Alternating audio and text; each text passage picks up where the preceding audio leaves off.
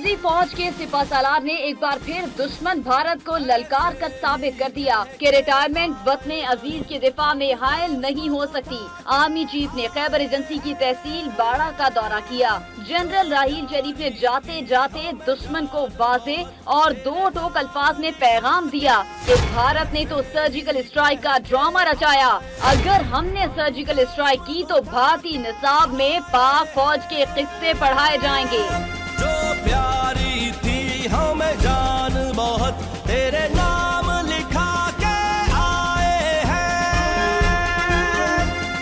तहसील बाड़ा में पाक फौज के जवानों और कबायली जिरगा उमायदीन से मुलाकात में आर्मी चीफ ने कहा कि पाक आर्मी दहशत गर्दी के खिलाफ लड़ने वाली दुनिया की मजबूत तरीन फौज है। पाक फौज और कबाइल ने मिलकर दहशत गर्दी के नासूर को खत्म कर दिया। 29 नवंबर को इख्तियारात सौंप कर पाक फौज को खुदा हाफिज कह रहा हूँ। रिटायरमेंट के बाद सारी जिंदगी शोहदा के लवाहिकीन के लिए वक्फ करूंगा। आर्मी चीफ ने शाहिद आफरीदी स्टेडियम का इफ्तिताह किया।